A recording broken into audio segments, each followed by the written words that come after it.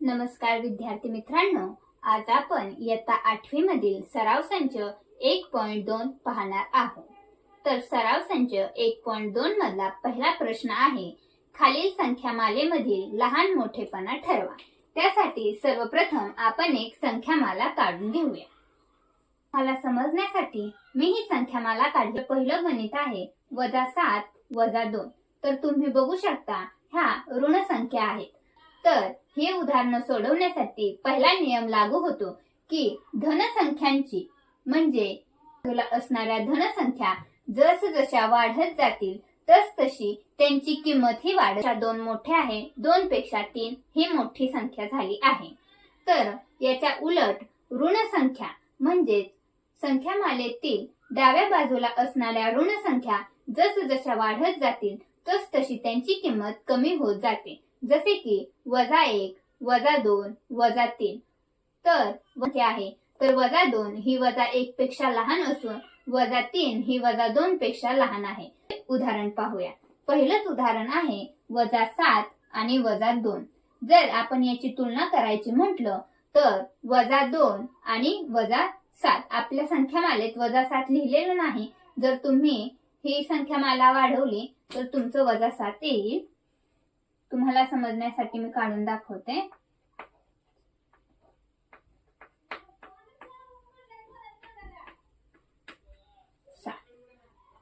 तर तुम्ही बघू शकता संख्यामालेची किंमत जास्त असेल तेवढी ती संख्या लहान असते।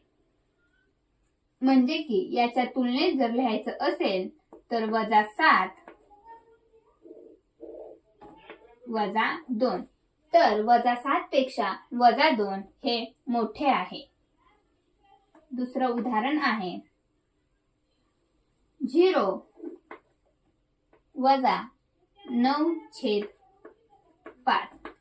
तुम्ही पाहू शकता -9/5 ही ऋण संख्या असते आणि 0 ही धन संख्या असल्यामुळे 0 ही संख्या -9/5 पेक्षा मोठी आहे। आपलं तिसरं उदाहरण आहे 8/7/0।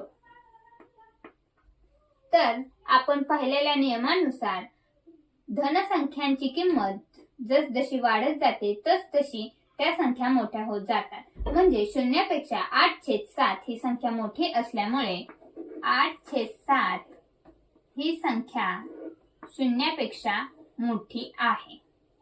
आपलं चौथं उदाहरण आहे -5/4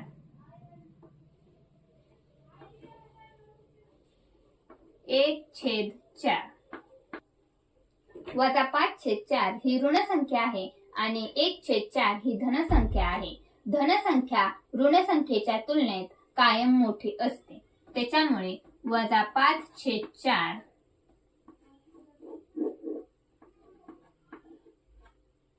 च्या तुलनेत 1/4 हे मोठे आहे। आपलं पाचवं उदाहरण आहे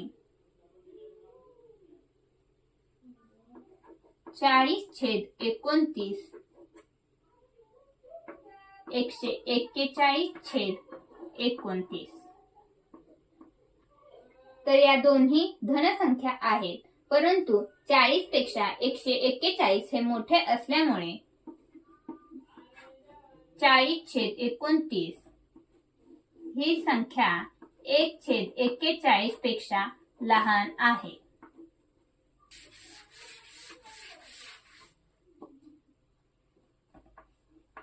आपलं 6वं उदाहरण आहे 17/20 13/20।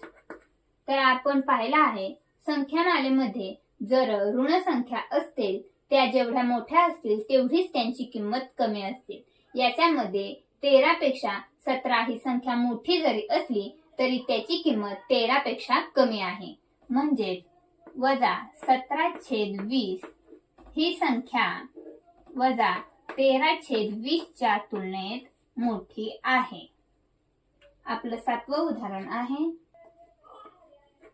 15/12 7/16।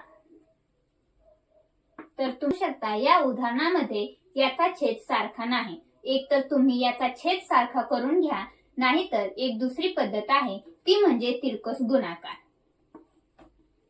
15 गुणिले 16 बरोबर 7 गुणिले 12. तर 15 गुणिले 16 यांचा गुणाकार येतो 240. 12 7 84.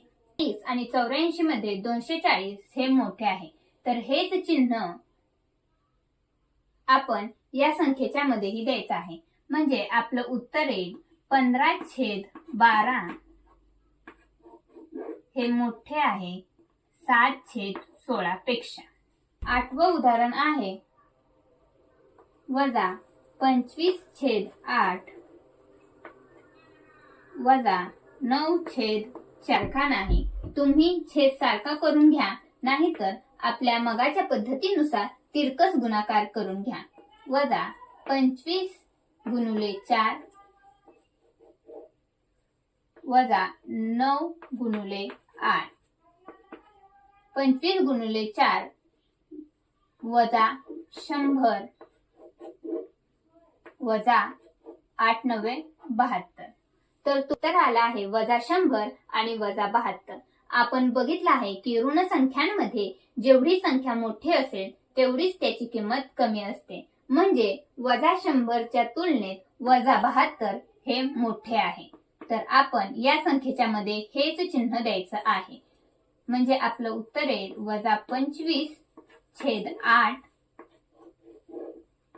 च्या तुलनेत वजा 9/4 ही संख्या मोठी आहे. व उदाहरण आहे 12/15 3/5. तर या ठिकाणीही यांचा छेद सारखा नाही, तर आपण तिरकस गुणाकार करून घेऊया. 12 गुणिले 5